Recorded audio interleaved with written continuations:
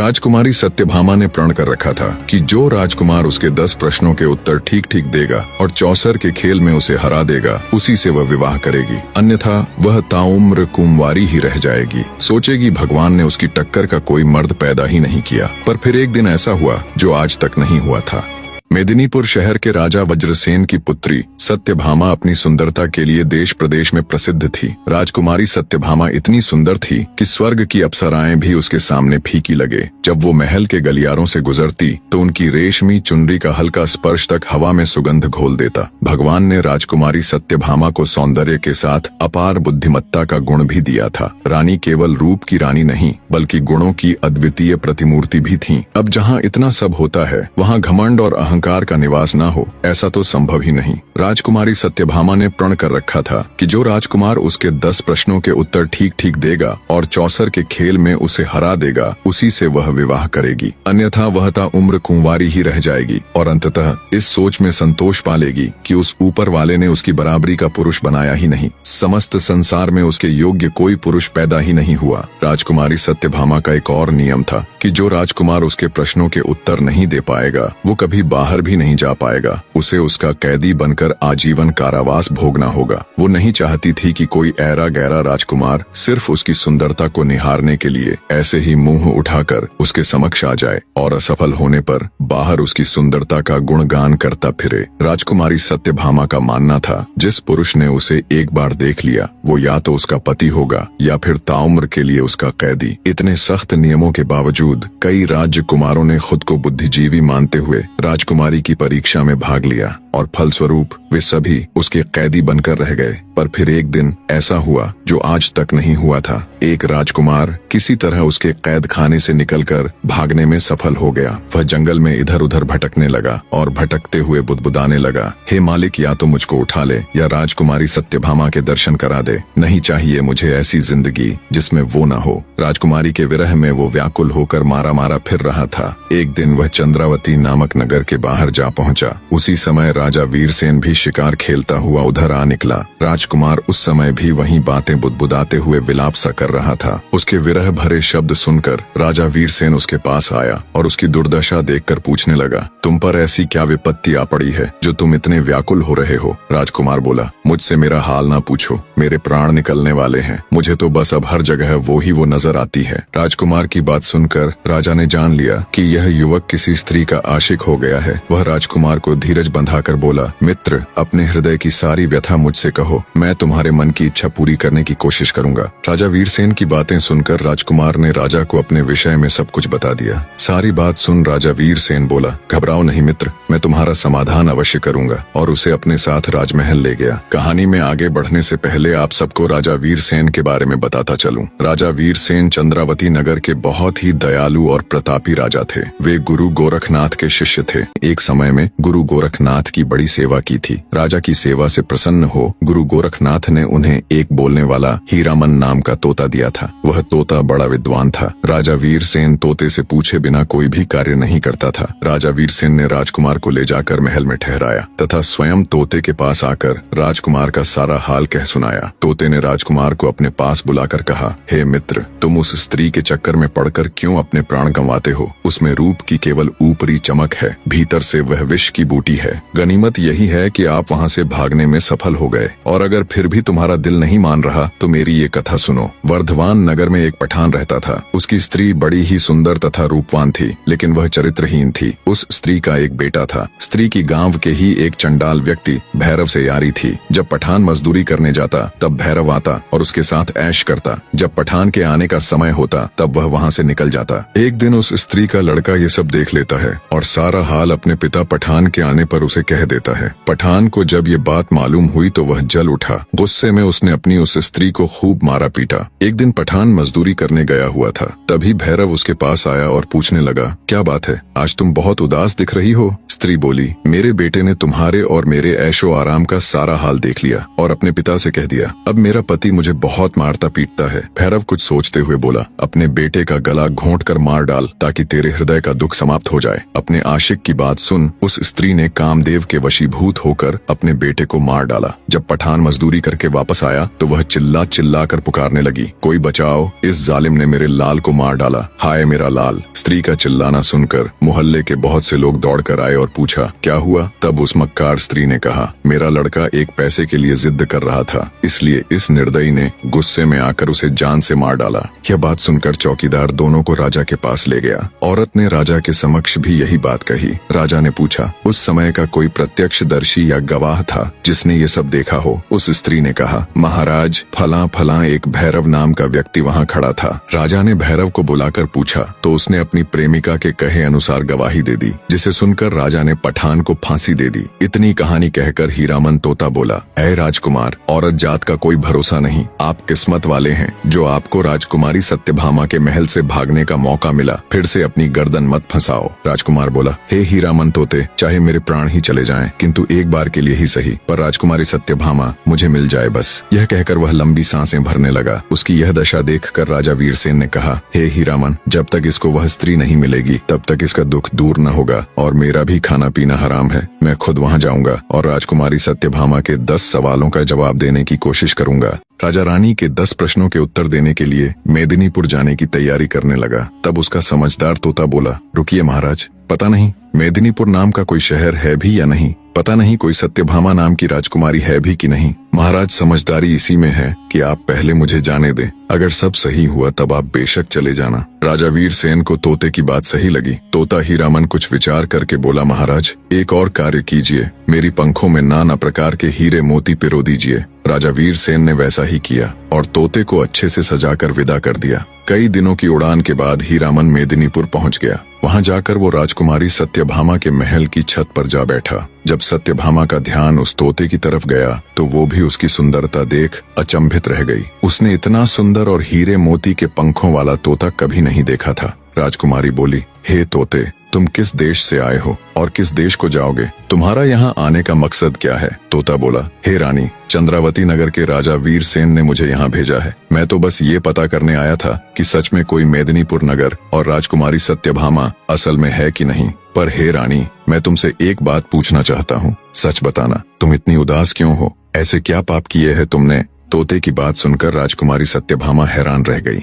उसने अपने मन में सोचा, ये तोता नहीं बल्कि कोई राजकुमार है। यह मंत्र से तोता बनकर मेरा भेद लेने आया है, इसको पकड़कर मार देना चाहिए। ये विचार कर रानी बोली, सभी लोग जन्म से ही पापी होते हैं जो इस संसार में आते हैं। मैंने इस शरीर को पाकर कोई सुख नहीं पाया। हे सुआ महाराज, मैंने वर ढूंढने के लिए बहुत से देशों में ब्राह्मणों को भेजा, लेकिन किसी से भी मेरी जोड़ी नहीं मिली। राजकुमारी की बात सुन तोता बोला, हे राजकुमारी, जैसी तुम सुंदर और आकर्षक हो वैसे ही मेरे राजा हैं। विधाता ने तुम दोनों की जोड़ी बनाई है, इसलिए तुम मेरे साथ चलो। राजकुमारी सत्यभामा तोते की बात सुन बोली, हे तोते, तुम ठीक कह रहे हो, मुझे तुम्हारी बात पर विश्वास है। विधाता ने कृपा की जो तुमने मुझे दर्शन दिए। अब तुम हमारे पास आओ और बताओ वह राजा कौन है और कहाँ रहता है। मेरी अंगूठी ले जाओ और उससे मेरा विवाह कराओ। मैं उनकी दासी बनकर जन्म जन्म उनके दर्शन करती रहूंगी। तोता बोला, मैं तेरे पास नहीं आऊंगा, तू एक मक्कार स्त्री है, सुना है तू बहला फुसलाकर कैद में डाल देती है। राजकुमारी बोली, मैं बिल्कुल सच कह रही हूँ, मैं तुम्हारे साथ चलने को तैयार हूँ, वो ऊपर वाला साक्षी है। तुम मेरे पास आ जाओ, मैं तुम्हारी मेहमान नवाजी करूंगी। तुम मुझसे क्यों डर रहे हो? मुझे दासी बनाकर अपने साथ ले चलना। राजकुमारी के वचन सुनकर तोते को विश्वास हो गया। वो उड़कर उसके पास चला गया। राजकुमारी ने तुरंत उस तोते को पकड़ लिया और कपट्टी मुस्कान के साथ बोली, हे दासी, जल्दी से छुरी लाओ और इसका सिर काट दो। ये कोई तोता नहीं है, ये तो कोई बड़ा पापी है जो मंत्र तंत्र करके मेरा भेद जानने आया है। तोता अब पछता रहा था कि क्यों उसने राजकुमारी का विश्वास किया। वो बचने की युक्ति सोचने लगा। राजकुमारी के जाल में फंसे तोते को जान के लाले पड़ गए। सोचा, अच्छा भला सब कुछ देख तो लिया था, फिर क्यों खामखां राजकुमारी से फालतू के सवाल जवाब में उलझा। सीधा जाकर राजा को बता देना था, आगे वो जाने या ये राजकुमारी। खामखां पंगे में पैर फंसा दिया। सोचा अब जल्दी से कोई तरकीब लगानी पड़ेगी, नहीं तो ये चंडाल रानी मुझे जीवित नहीं छोड़ेगी। तोता बोला, हे रानी, मेरा नाम हीरामन तोता है, मैं कोई बहरूपिया नहीं हूँ, बल्कि यही मेरा असली रूप है। अगर तुम मुझे छोड़ दोगी तो मैं तुम्हें भी तंत्र और विचार सिखा सिखा सकता हूँ। मैं गिरी विश्वनाथ का पक्का चेला हूँ। राजकुमारी बोली, अगर ऐसा है तो जल्दी से मुझे मंत्र बताओ, नहीं तो अभी तुम्हारे पंख नोच डालूंगी। तोता बोला, हे रानी, मंत्र ऐसे सबके सामने नहीं बताए जाते। तुम अपनी दासियों को यहाँ से जाने के लिए कहो। ऐसे सबके सामने मैं तुम्हें मंत्र नहीं सिखा सकता, वो तो कान में बताने की चीज है। तोते की बात मान राजकुमारी ने तुरंत अपनी सभी दासियों को वहाँ से भेज दिया। दासियों के जाने के बाद जब राजकुमारी ने मंत्र सुनने के लिए सिर झुकाया तो तोते ने उसके गाल पर चोंच मार दी। राजकुमारी सत्यभामा चीखती हुई व्याकुल होकर धरती पर गिर पड़ी। जब तक वो कुछ समझ पाती, तोता वहाँ से उड़कर फिर से खिड़की में जा बैठा। गुस्से में लाल पीली हो राजकुमारी ने अपनी दासी को आवाज लगाई और कहा, इस दुष्ट तोते का शिकार करने के लिए जल्दी से बाज को लेकर आओ। जब तक दासी बाज के पिंजरे को लेकर आई तब तक तोता वहाँ से उड़ चुका था। कई दिनों की उड़ान के बाद वह राजा वीरसेन के पास आ पहुंचा और कहने लगा, हे महाराज, स्त्री रंग, रूप,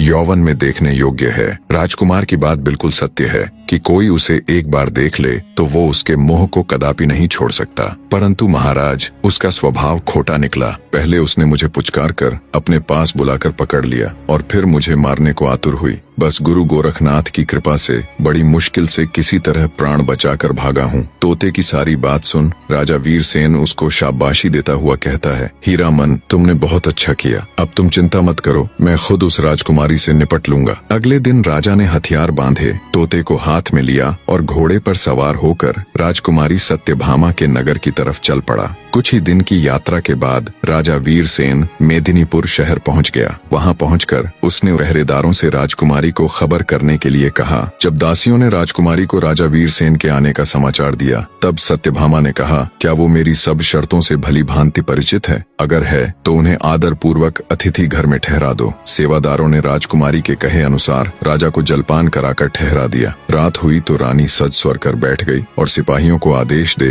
राजा वीरसेन को अपने सम्मुख बुलवा लिया। राजा वीरसेन राजकुमारी सत्यभामा के सामने बैठ गया। राजकुमारी बोली, अगर आपने मेरे 10 सवालों के जवाब ठीक से दिए और मुझे चौसर के खेल में हरा दिया तो मैं आपकी हो जाऊंगी। अगर ऐसा नहीं कर पाए तो आपको सदा के लिए मेरा कैदी बनना पड़ेगा। राजा बोला, अपने प्रश्न शुरू करो राजकुमारी, मैं तैयार हूँ। राजकुमारी बोली, ठीक है तो बताओ राजन, कौन सा तालाब बिना पानी के होता है? कौन सा पेड़ बिना डाल के होता है? कौन सा पक्षी बिना पंख के होता है? और कौन सी मौत बिना समय के होती है? राजा वीरसेन ने गुरु गोरखनाथ का ध्यान करते हुए जवाब देने शुरू किए। सुनो राजकुमारी, आंखें हैं जो बिना पानी का तालाब है, मौत है जो बिना डाल का पेड़ है, जीव है जो बिना पंख का पक्षी है जिसका कोई भरोसा नहीं कब उड़ जाए, और नींद है जो बिना समय की मौत है। राजकुमारी ने दूसरा प्रश्न किया, कौन तपस्वी है जो नित्य तपस्या करता है? कौन है जो रोज सुबह उठकर स्नान करता है? कौन है जो सब रस उगलता है और कौन है जो सब रस खाता है? राजा बोला, सूर्य ऐसा तपस्वी है जो नित्य तपस्या करता है। ब्राह्मण रोज सुबह उठकर स्नान करता है। इंद्र राजा वर्षा के रूप में सब रस उगलते हैं और धरती है जो सब रस खाती है अर्थात वर्षा को सोख लेती है। राजकुमारी ने तीसरा सवाल किया, ऐसा क्या है जो कोई स्त्री नहीं कर सकती? ऐसा क्या है जो समुद्र में समा नहीं सकता? ऐसा क्या है जो अग्नि में नहीं जल सकता? और क्या है जिसे काल नहीं खा सकता? राजा बोला, राजकुमारी, एक स्त्री अपने पुत्र के साथ त्रिया नहीं कर सकती। यश है जो समुद्र में समा नहीं सकता। धर्म है जो अग्नि में जल नहीं सकता। और नाम ऐसी वस्तु है जिसे काल खा नहीं सकता। राजा की हाजिर जवाबी और सटीकता के साथ सवालों के जवाब देते देख राजकुमारी आश्चर्य के साथ साथ प्रसन्न भी थी। उसने चौथा सवाल किया, ऐसा क्या है जो बचपन में 30 गज का, जवानी में 4 गज का, बुढ़ापे में 60 गज का और मरने के बाद अंत नहीं? राजा बोला, सुनो राजकुमारी, किसी भी वस्तु या इंसान की परछाई ही एकमात्र ऐसी चीज है जो दिन में 30 गज की, दोपहर में 4 गज की, शाम के समय 60 गज की और रात में अनंत हो जाती है। राजकुमारी बोली, आप ठीक कह रहे हैं राजन। अब मेरे 5वें सवाल का जवाब दो, वह क्या है जो हमेशा बदलता रहता है पर कभी नहीं बदलता? राजा वीरसेन बोला, राजकुमारी, वह है परिवर्तन का नियम। संसार में सब कुछ बदलता रहता है लेकिन यह सत्य कभी नहीं बदलता कि परिवर्तन ही संसार का नियम है। जो इसे समझ लेता है वह जीवन के उतार चढ़ाव में शांति पाता है। राजा वीरसेन के जवाबों से अब तक पूरी तरह संतुष्ट राजकुमारी सत्यभामा कहती है, बहुत खूब राजन, अब मेरे 6ठे प्रश्न का जवाब दीजिए। अगर हर चीज पहले से तय है यानी हमारा भाग्य, तो फिर कर्म करने की क्या जरूरत है? 6ठे सवाल का जवाब देते हुए राजा वीरसेन बोला, भाग्य और कर्म दोनों साथ साथ चलते हैं। भाग्य हमारे पूर्व जन्म के कर्मों का फल है, लेकिन वर्तमान कर्म से हम अपने भविष्य को बदल सकते हैं। यदि कोई किसान अपने खेत में कुछ भी न बोए और कहे कि जो भाग्य में होगा वही होगा, तो क्या उसे अन्न मिलेगा? नहीं, उसे मेहनत करनी होगी, बीज बोने होंगे, पानी देना होगा, तभी फसल आएगी। इसी तरह कर्म हमारा प्रयास है और भाग्य उसका परिणाम। राजा की एक बार फिर से सराहना करते हुए राजकुमारी सत्यभामा ने अपना 7वां प्रश्न किया। मनुष्य को इस संसार में सबसे बड़ा धोखा कौन देता है? राजा वीरसेन बोला, हे राजकुमारी, मनुष्य को संसार में सबसे बड़ा धोखा उसका अपना मन ही देता है। मन ही वह शक्ति है जो हमें सत्य और असत्य, मोह और वैराग्य, प्रेम और घृणा, सुख और दुख के बीच उलझा देती है। मनुष्य सोचता है कि बाहरी दुनिया उसे धोखा देती है, लेकिन वास्तव में बाहरी दुनिया केवल एक दर्पण मात्र है। जो कुछ मन में है वही संसार में प्रकट होता है। राजा वीरसेन का जवाब सुन राजकुमारी सत्यभामा बोली, बहुत खूब राजन, अब मेरे 8वें प्रश्न का उत्तर दीजिए। अगर सुख और दुख दोनों ही अस्थायी हैं, तो फिर मनुष्य दुख से इतना डरता क्यों है और सुख को पकड़कर रखना क्यों चाहता है? राजा वीरसेन कहता है, हे राजकुमारी, क्योंकि मनुष्य अज्ञानता के कारण यह भूल जाता है कि संसार में कुछ भी स्थायी नहीं है। ये संसार परिवर्तनशील है। सुख और दुख दिन और रात की तरह एक दूसरे के पूरक हैं, लेकिन मनुष्य सुख को पकड़कर रखना चाहता है और दुख से बचना चाहता है, क्योंकि जब मनुष्य सुखी होता है तो उसे लगता है कि संसार पर उसी का नियंत्रण है। वह मान लेता है कि उसका भाग्य अच्छा है और जैसा वो चाहता है सब कुछ वैसा ही हो रहा है और हमेशा सब कुछ वैसा ही रहेगा, लेकिन ये उसका सबसे बड़ा भ्रम है। इसी प्रकार जब दुख आता है तो मनुष्य अपने पर नियंत्रण खो देता है। उसे लगता है कि सब कुछ बर्बाद हो रहा है, जबकि वास्तविकता यह है कि दुख भी उतना ही अस्थायी है जितना सुख। राजकुमारी सत्यभामा 9वां सवाल पूछती है, हे राजन, क्या यह संसार हकीकत है या केवल एक भ्रम है? राजा वीरसेन बोला, सुनो राजकुमारी, ये संसार अस्थायी है, इसलिए इसे पूर्ण रूप से वास्तविक नहीं कहा जा सकता। जो चीज स्थायी नहीं होती वह भ्रम होती है। उपनिषदों में कहा गया है, ब्रह्म सत्यम जगन मिथ्या, अर्थात ब्रह्म सत्य है, यह संसार माया है। हे राजकुमारी, हम जो भी देखते हैं वह केवल 5 इंद्रियों तक सीमित है। जब हम सपना देखते हैं तो वह हमें पूरी तरह वास्तविक लगता है, लेकिन जागने के बाद वह केवल एक भ्रम होता है। इसी प्रकार यह संसार भी जागृत अवस्था का एक सपना मात्र है। सत्य वही है जो कभी नष्ट नहीं होता और वह केवल आत्मा और परमात्मा है। राजा का जवाब सुन राजकुमारी सत्यभामा बोली, हे राजन, अगर आत्मा और परमात्मा ही सत्य है तो मनुष्य को जन्म से पहले और मृत्यु के बाद का कुछ भी याद क्यों नहीं रहता? राजा वीरसेन राजकुमारी सत्यभामा के 10वें यानी आखिरी सवाल का जवाब देता हुआ बोला, हे राजकुमारी, क्योंकि प्रकृति ने हमें भूलने का वरदान दिया है ताकि हम अपने पिछले जन्मों के बंधनों से मुक्त होकर नए अनुभवों को जी सकें। यदि मनुष्य को अपने पिछले जन्म की याद रहती तो मनुष्य पिछले जन्म के सुख दुख में ही उलझा रहता और इस जीवन को सही से नहीं जी पाता। स्मृति का नाश ही नया सृजन है, अर्थात जब पुरानी यादें मिटती हैं तभी नया जीवन संभव होता है। कुछ लोग गहरे ध्यान और साधना से अपने पूर्व जन्म की झलक देख सकते हैं, लेकिन ये बहुत ही मुश्किल या यूं कहे लगभग असंभव ही होता है। मृत्यु के बाद आत्मा नए शरीर में प्रवेश कर जाती है और एक नया जीवन आरंभ होता है। अगर मनुष्य को सब कुछ याद रहता तो वह कभी भी आगे नहीं बढ़ता। राजा ने राजकुमारी सत्यभामा के 10 प्रश्नों के उत्तर सही सही दे दिए। यह देखकर राजकुमारी सत्यभामा बहुत प्रसन्न हुई। उसने कुर्सी से खड़े होकर राजा का अभिवादन किया और बोली, मान गए राजन, आप वाकई में बहुत बुद्धिमान हो, पर अभी मेरी सभी शर्तें पूरी नहीं हुई। अब आपको मुझे चौसर के खेल में हराना होगा राजन। राजा वीरसेन खुद चौसर का एक अच्छा खिलाड़ी था। बोला, ठीक है राजकुमारी, आपकी ये शर्त भी पूरी करने की कोशिश करूंगा। राजा वीरसेन और राजकुमारी सत्यभामा के बीच चौसर का खेल शुरू हो जाता है। अंततः राजा ने राजकुमारी को चौसर में भी हरा दिया। यह सब देख राजकुमारी सत्यभामा अपने पिता के पास गई और सारा हाल उन्हें कह सुनाया। राजा वज्रसेन यह सुनकर अति प्रसन्न हुआ। उसने मंत्री को भेजकर राजा वीरसेन को बुलाया और बड़े आदर सत्कार से बैठाया। वीरसेन ने कहा, महाराज, मैंने आपकी बेटी के सभी प्रश्नों के उत्तर दे दिए और उसे चौसर में भी हरा दिया। अब आप अपनी बेटी को मेरे साथ भेज दीजिए। तब राजा वज्रसेन ने कहा, मैं कोई शुभ घड़ी देखकर अपनी बेटी का विवाह करके आपके साथ भेज दूंगा। तब राजा वीरसेन बोला, हे राजन, मेरा विवाह राजकुमारी सत्यभामा के साथ नहीं होगा, क्योंकि ये तो किसी और की अमानत है। ये सुन राजा वज्रसेन ने हैरान होते हुए पूछा, ये आप क्या कह रहे हैं? आपने इसे पराई अमानत किस प्रकार बताया? तब राजा वीरसेन ने कहा, महाराज, जिन राजकुमारों को आपकी बेटी ने कैद कर रखा है, उनमें से एक राजकुमार उसकी कैद से निकल भागा था और वह अपना राजपाट त्याग जंगल में इधर उधर भटकता फिर रहा था। एक दिन वह मेरे राज्य में आया और एक पेड़ के नीचे बैठा रो रहा था। संयोगवश मैं भी उधर से निकला। उसे दुखी देखकर मैंने उससे सारा हाल पूछा तो राजकुमार ने आदि से लेकर अंत तक सारा हाल मुझे कह सुनाया। तब मैंने उसे आपकी बेटी पर सच्चा मोहित जानकर उसे प्रण किया कि मैं तुमको राजकुमारी सत्यभामा से मिलवाऊंगा। सो हे राजन, राजकुमारी सत्यभामा उसकी अमानत है। मैं राजकुमारी का विवाह उसके साथ कर दूंगा। यह बात सुनकर वज्रसेन कहने लगा, धन्य हैं आप जो आपने एक अनजान व्यक्ति के कारण इतना कष्ट सहा। अब आप मेरी बेटी के मालिक हैं, जिसे चाहो सौंप दो। मेरी ओर से तो यह आपकी अमानत है। तब राजा वीरसेन ने तोते को भेज राजकुमार को मेदिनीपुर बुलवा लिया और विधि पूर्वक राजकुमारी सत्यभामा के साथ उसका विवाह कर दिया। राजकुमार ने खुशी से राजा वीरसेन के पैर पकड़ ली और बोला, महाराज मैं हमेशा आपका ऋणी रहूंगा, आप धन्य हैं। राजकुमार और राजकुमारी सत्यभामा दोनों आनंद पूर्वक रहने लगे। राजा वीरसेन ने राजा वज्रसेन से विदा ली और अपने तोते के साथ अपने देश चला गया। निष्कर्ष, राजा वीरसेन और राजकुमारी सत्यभामा के बीच का संवाद हमें यह सिखाता है कि जीवन में सुख और दुख, दिन और रात, प्यार और घृणा जैसी चीजें एक दूसरे के पूरक हैं। जो आज है वो कल नहीं होगा, चाहे दुख हो या सुख। यदि हम इन बदलावों को समझकर शांतिपूर्वक स्वीकार कर लें तो हमारे जीवन की यात्रा आसान हो जाती है और हम खुशी से जीवन व्यतीत कर सकेंगे। आप हमें सुपर थैंक्स के जरिए सपोर्ट कर सकते हैं ताकि हम और भी बेहतरीन कंटेंट आपके लिए लेकर आ सकें। अन्यथा एक प्यारा सा कमेंट जरूर ड्रॉप कीजिएगा। आपका समर्थन हमारे लिए बहुत मायने रखता है। धन्यवाद।